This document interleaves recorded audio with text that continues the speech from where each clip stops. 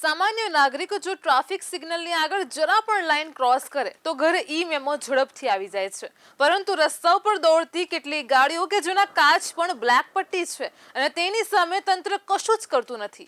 તેની સામે કોઈ કાર્યવાહી થતી નથી. આ ગાડીઓ ઉપર તો કાળી પટ્ટી લાગી ગઈ છે, પરંતુ શું તંત્રની આંખે પણ કાળી પટ્ટી લાગી ગઈ છે? આ ઘટના બતાવે છે કે શું સામાન્ય નાગરિકો માટે અને આ રીતે નિયમોનો ભંગ કરીને ગાડીઓમાં ફરતા લોકો માટે જુદા જુદા નિયમો છે.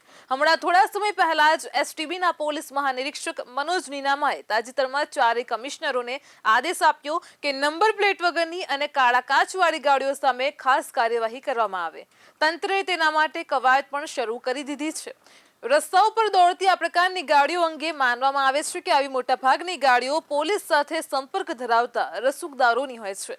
તેમની કેટલીક ગાડીઓના તો નંબરો પણ હોતા નથી. તેમના માટે જાણે કાયદો તેમના ખિસ્સામાં છે તેવો તેમનો અભિગમ હોય છે. તેમની ગાડીઓના કાચ બ્લેક તો શું ગમે તે રંગના હોય તેનો પણ તેમને કોઈ ફેર પડતો નથી. તેમની ગાડીની નંબર પ્લેટને પૂછવાની પણ કોઈની હિંમત છે, કારણ કે તેઓ પોલીસના જ વહીવટદાર છે અને કાયદો તેમના ખિસ્સામાં ન હોય તો પણ પોલીસના સ્વરૂપમાં તેમની જોડે જ છે તેમ માનવામાં આવતું હોય છે. આ લોકો રસ્તા ઉપર બેફામ ગાડી ચલાવે તો કોઈ પૂછનાર નથી. તેમને કોઈ ઈ મેમો જતો હશે કે કેમ તે પણ સવાલ છે. કદાચ જતો હશે તો તે ભરતા હશે કે કેમ, અથવા તો તેમાં પણ પટાવટ કરી લેતા હશે તેમ મનાય છે.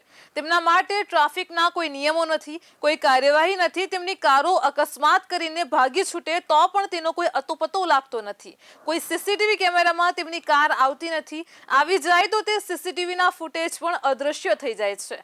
આમ ન થાય તો તેમની સામેના કેસની ફાઇલો પણ ગુમ થઈ જાય છે. દરેક સમય અદૃશ્ય હાથ જાણે તેમને બચાવવા માટે તત્પર હોય છે. આજે દરેક નિયમના પણ ધજાગરા ઉડાવવાની જે તાકાત તેમની પાસે છે તે આવા જ અદૃશ્ય હાથના પગલે હોય છે. દેશની સામાન્ય પ્રજા એક એક નિયમનું ડરી ડરીને પાલન કરતા હોય ત્યારે આ ચમરબંધી કોઈ પણ નિયમોની મર્યાદામાં બંધાતા નથી. તેઓની અલગ જ દુનિયા છે. તેમનું જાણે અલગ જ રાજ છે. તેમના જાણે અલગ જ નિયમો છે. તેઓ જાણે અલગ જ ગ્રહ પરથી આવ્યા હોય તે રીતે વર્તતા હોય છે.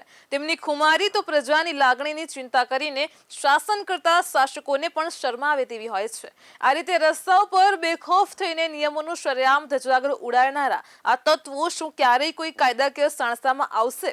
તેમની સામે એક સામાન્ય નાગરિકની જેમ કાર્યવાહી ક્યારે પણ થશે?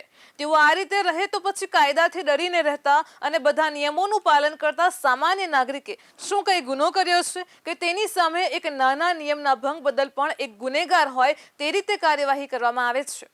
તંત્રએ સામાન્ય નાગરિકોની સામે કાર્યવાહી કરવાની આવે ત્યારે તેની સાથે સાથે આવા પ્રકારે રસ્તા પર બેખૌફ થઈને નિયમોનો ભંગ કરનારા સામે પણ પગલાં લેવા જ જોઈએ. તો જ લોકોને વિશ્વાસ બેસશે કે કાયદો બધા માટે છે.